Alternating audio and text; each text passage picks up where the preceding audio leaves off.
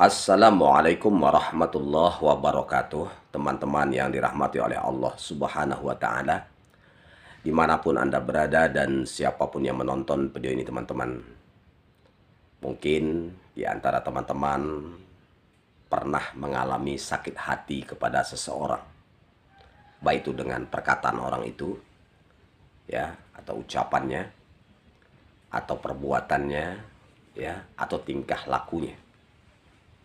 Mungkin tidak sesuai yang Anda inginkan. Akhirnya Anda sakit hati dibuatnya.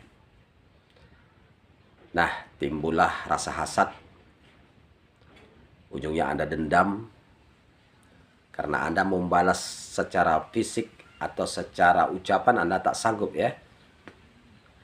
Akhirnya Anda sengaja mencari dukun, agar dukun itu menyihir orang tersebut agar sering sakit-sakitan, atau Anda santet biar cepat meninggal, ya, santet, karena santet itu sihir supaya meninggal. Nah, teman-teman yang dirahmati oleh Allah Subhanahu wa Ta'ala,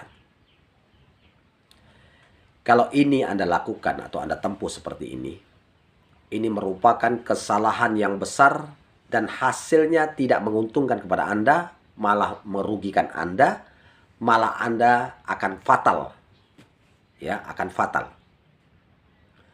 Pertama, sifat hasad, sifat dendam itu bukan ajaran Islam. Karena Islam mengajarkan pemaaf, ya, ketika orang berbuat zalim kepada Anda, menyakiti Anda, maka Islam mengajarkan pemaaf.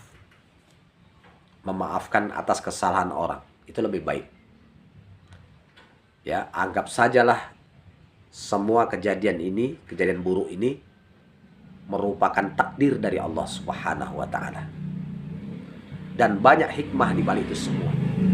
Kalau Anda sabar, mungkin Allah ingin menghapuskan dosa-dosa Anda, ya, atau ingin mengangkat derajat Anda, ya. Sabar, gitu kan? Qanaah, menerima ketentuan Allah Subhanahu wa Ta'ala, itu yang paling baik. Maka hatinya pasti akan lembut, tidak keras. Nah, kalau ada dendam kepada seseorang, ini merupakan kesalahan yang sangat besar. Ingat, sifat dendam itu adalah sifat iblis, laknatullah, ya. Iblis laknatullah memiliki sifat dendam. Dendam kepada Nabi Adam alaihissalam. Dia akan menggoda, mengajak manusia agar bisa ikut ke dalam neraka, mengikuti langkah-langkah setan. Nah, kemudian istilahnya lagi, jeruk makan jeruk. Sifat dendam adalah sifat setan. Anda mendatangi dukun, berarti mendatangi setan. Karena dukun minta bantuan kepada setan, ya. Jeruk makan jeruk. Setan dengan setan. Hukumnya musyrik, menyekutukan Allah, karena mendatangi dukun itu dilarang. Kemudian bahayanya, jeruk makan jeruk. Karena dukun itu akan mentransfer jin ke rumah Anda, bahkan ke tubuh Anda kadang masuk. Tidak kena Anda, istri Anda. Tidak kena istri Anda, anak Anda. Setan masuk ke tubuh Anda. Tidak ada menguntungkannya, ya. Kadang kesurupan, efeknya, ya. Kadang sakit-sakitan. Minimal sekali sering sakit kepala, bahu berat, jantung debar-debar, ketakutan, was-was, gelisah, susah tidur malam, mimpi buruk, mudah emosi. Ya, teman-teman. Jadi tidak menguntungkan sama sekali.